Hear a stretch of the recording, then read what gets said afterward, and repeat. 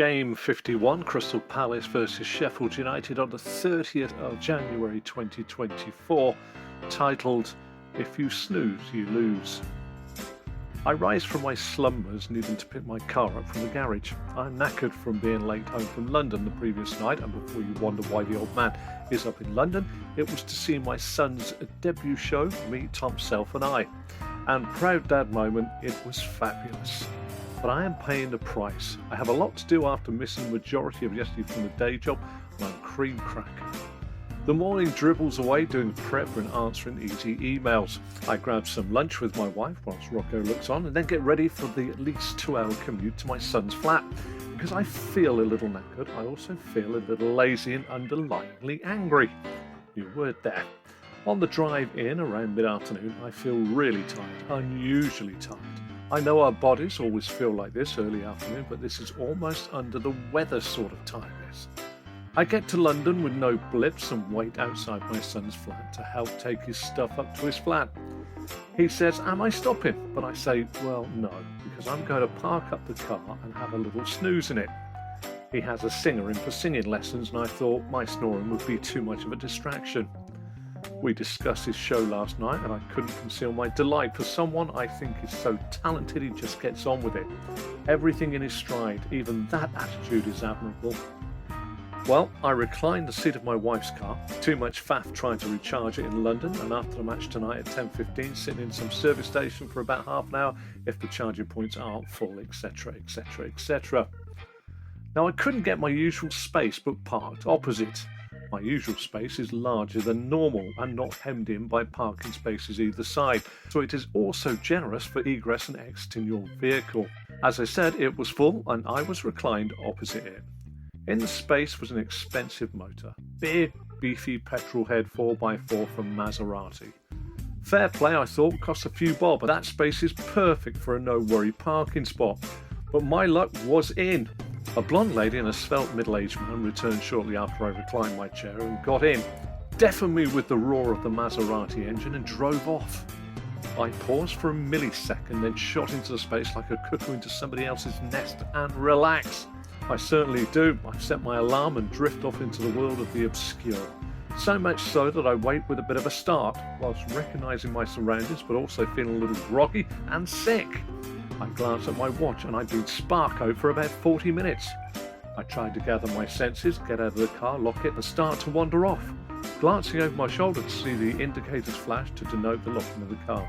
It was only then that I saw the big, beefy, petrol-head Maserati had returned and had to park in the space I frequented, no doubt looking from his Maserati at my wife's old Golf, thinking that the cost of that Golf wouldn't even cover the cost of the air in his tyres. Well, in this case it seems if you snooze, you win. The walk to work was again a wee bit stumbling, differences in pavement heights catching me out numerous times, a little breathless at times and feeling a touch sick and out of breath. I should look after myself. It is something that after 4.5 years of diabetes control, well, I've fallen off that regime after a very challenging 12 months and the discipline has gone. Too much booze and wrong food. I arrive in the studios ahead of the game between two sides who do not always set the pulses racing. But this is a game which in fairness is a must-win for Mr. Roy Hodgson, although I'm sure he wouldn't say that.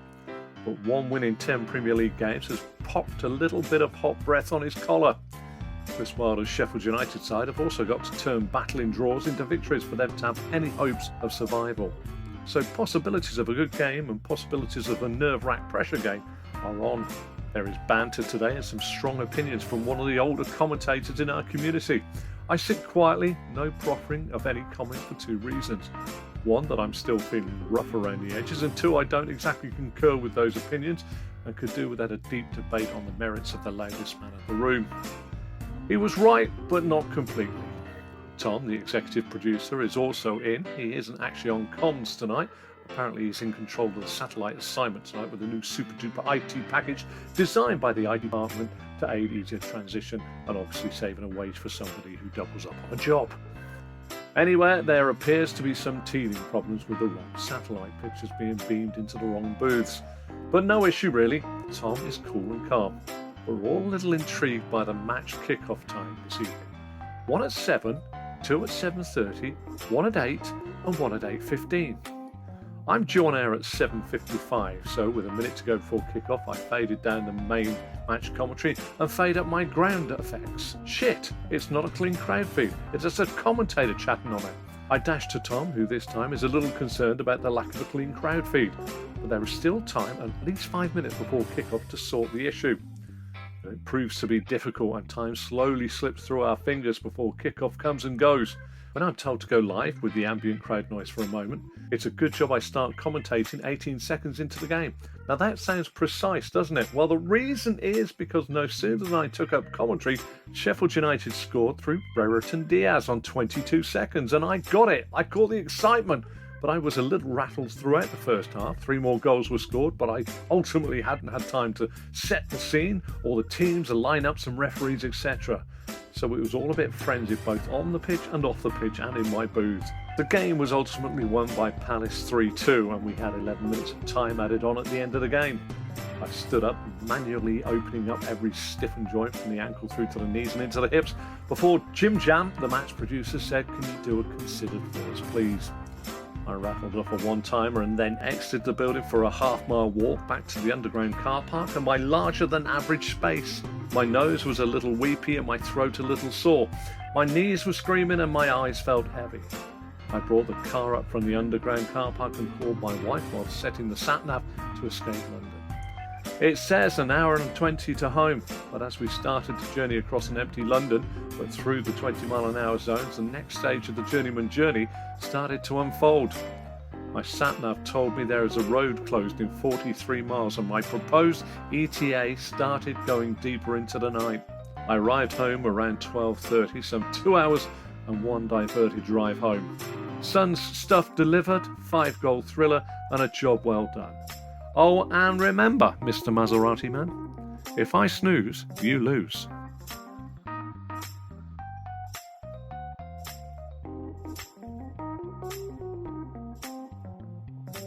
Game 52, Nigeria versus Angola on the 2nd of February 2024. Titled Silent Tourettes. It is the small local booth for today's African Cup of Nations quarter-final between Nigeria and Angola, and I arrive in plenty of time. It's a Friday, and it signals for most people the end of the week, but for me, it sends me into the weekend when commentators are required, because that's when sport generally happens. Combining many facets of work should come with a warning. Sometimes things become a slog, and invariably the one you enjoy the most doesn't quite cover the bills enough for you to do it solely. Friday afternoons for me is prep time for Saturday's Premier League offering. But if something else within my business needs addressing, like a letter, laugh out loud, then it becomes punctuated. Sort of stop, do something else, and try to pick up the thread of what you were doing before something else crops up. Anyway, to say the least, it's been a busy day. My mind, which I try to occupy with work to stop many negative overthinking thoughts, decides it is a little jaded, often meaning a little angrier than normal for the angry man. Just recently I've developed, through my lack of anger management, silent Tourettes. It started during COVID times when we all wore masks. If anyone tended to get on my nerves, I would mouth a foul outburst silently under the mask at them. It was childish, but a stress release. But in recent months this has started to happen again, but without the mask or cloak of invisibility. I'm now tending to do the same as I look away or at the floor because it's almost become a secondary reaction now. I do wonder one day that I will be spotted and what will occur from then on in. But I've got worse in my tolerance of people. Maybe I'm tired, maybe I don't suffer fools gladly, or maybe I've just had enough of the wankers over the years. I've never said anything face to face to people who annoy me, and I've always appeased them, much to my own inner stress. But maybe the worm is turning, maybe the inner nasty is surfacing. Some years ago, when I was younger, and I mean younger, I went to a local sports hall. On the way in was a photography exhibition, all in black and white. It was a study of faces, all types and denominations. But one face stayed with me, not for any other reason than the face itself. It was of a fisherman, and he must have been in his late 50s or early 60s. He had a beard and white hair, but his face was wrinkled through the wind and the sunshine. The black and white image saw the light dance off those wrinkles, crow's feet and furrowed brows. His skin was that of a man who was tired and knackered but needed to go on. It wasn't a haunting picture, it was a picture of what the world does to us all in our lifetime as we get old, we get browbeaten and tired. I felt right now like that man in the picture. My conundrum is an idle mind. I need it to be at work, be occupied, or it becomes dark, but I am tired. Pick yourself up, kid, you got an AFCON quarter-final to call. As my brother-in-law's wife says, you don't see wrinkles on a blown-up balloon. So I will say chubby to avoid those wrinkles. Nigeria are favourites to win this one in my eyes, but Angola cannot be too tardy having got this far. It's a good game with Nigeria triumphing thanks to an Ademola Lookman goal just before the break.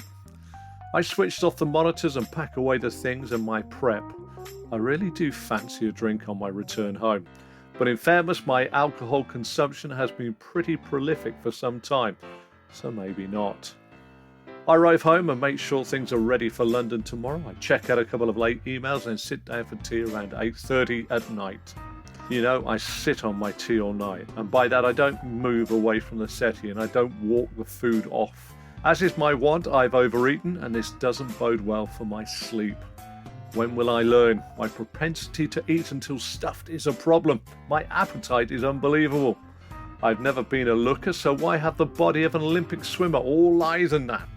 And do you know what I would say to myself quietly? Wanker. Silent Tourettes. We all suffer from it.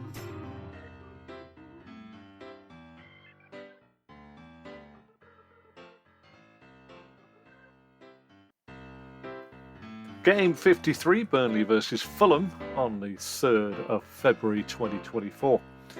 Titled Onions and OCD.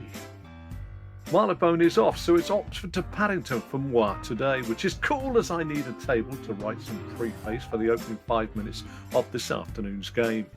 I arrive at Oxford Station and prepare to board the next train to Paddington. I ask the guard, who says the back carriages of the 5 will go just beyond the bridge, so off I wander down to that point. The train arrives and the back 2 carriages are first class and empty. I have guessed wrong and for a brief moment realise my position now in the seating chase is at the back. I get on and find a seat tucked away, and I think it's a seat no one fancies, rear facing with no window. The train has arrived early and slowly but surely more people get on and the carriage starts filling. So, someone sits next to me, which is fine, but he and myself are not Slim Jims. I am sat somewhat wedged in the corner, but not only that, the temperature seems to rise and I'm wedged in the corner wearing my hat and coat. I feel the temperature rise like a hot flush. It's an uncomfortable journey to London. On my way, my son calls me to say that the Jubilee line is at a commission today, so I changed my normal routine. So on to the Hammersmith and City line to King's Cross and south on the Northern line to London Bridge. Now here's my mind games for the day. On the Hammersmith and City line, of which I had 6 stops to sit through, a lady come on. Nothing sinister there. She sat across from me to my right. She was average in times and wasn't expensively dressed, and she wasn't poor either. But 2 things that did catch my eye were the grey centre parting on a mainly brunette head, and wait for it, she was eating an onion. Like an apple, a raw onion. Eyes from me and the 2 ladies adjacent to her met and we all looked again. Surely not, was a telepathic chatter via our eyes. Yes, came the reply in our heads, followed by an aghast look on our faces. But worse was to come. After devouring the said onion, which had made her nose run, she picked it out of her teeth, looked at it and ate it again. It wasn't a sight to behold, but I couldn't take my eyes off it either. Then, as we approached King's Cross Station, I noticed a sharp-dressed middle-aged man. He was trim and looked after himself, but as I followed him off the tube, his collar wasn't right. It was turned up in a cool way, but puckered. I didn't realise I had any OCD until now. I followed him down one escalator and then another. This time he was directly in front of me. I couldn't resist, and like Neil Ruddock, I turned the collar up properly and got rid of an OCD-inducing pucker. He swung round rather aggressively and said, "What are you doing?" I said, "Dressing you properly." His retort wasn't pleasant, so I dealt him a killer blow by saying, "Oh, and I was going to comb your hair to cover your bald spot." He didn't reply, and I, as a follically challenged man, felt sad. That was a proverbially low blow, but the truth hurts. I arrived in plenty of time at the studio and watched the early game of Everton versus Spurs, listening to the commentator and pundit describe the action and how they did it before my team news came in. I haven't really said anything about my game because Burnley-Fulham had all the makings of what? You tell me. Burnley hadn't lost to Fulham since 1951, some 73 years ago, and Fulham hadn't scored in 5 of their last 6 Premier League games. What's my expectation? A lot of graft, that is what, possibly game scenarios to be used frequently to get me through it. But it transpired to be okay. Fulham cantered into a 2-goal lead and Burnley were poor. The fans' lack of enthusiasm for their side's performance mirrored by the pitch-side microphones picking up individual fans slaughtering mistakes and lack of endeavour. I seem to be apologising for the industrial language being heard more than the football breaking out. Booze at half-time for Burnley. Somehow Fulham contrived to hand Burnley the opportunity to continue unbeaten by Fulham in 2024. Fofana on loan from Chelsea with 2 goals to hand Burnley an unexpected draw. The journey home to Oxford had no OCD moments and no onion-eating ladies, but the train from Paddington to Oxford was rammed, which led to moans and groans and some humour by yours truly, safely on the train early and on a big table to create this chapter, episode or ramble. 3 ladies crammed around the table and sat down and we enjoyed some banter. And as it was the start of the Six Nations, there was an almighty ruck of people as they left the train at Reading. A little rugby phrase to end. The pack dispersed at Didcot and I followed a line out at Oxford. Till the next time.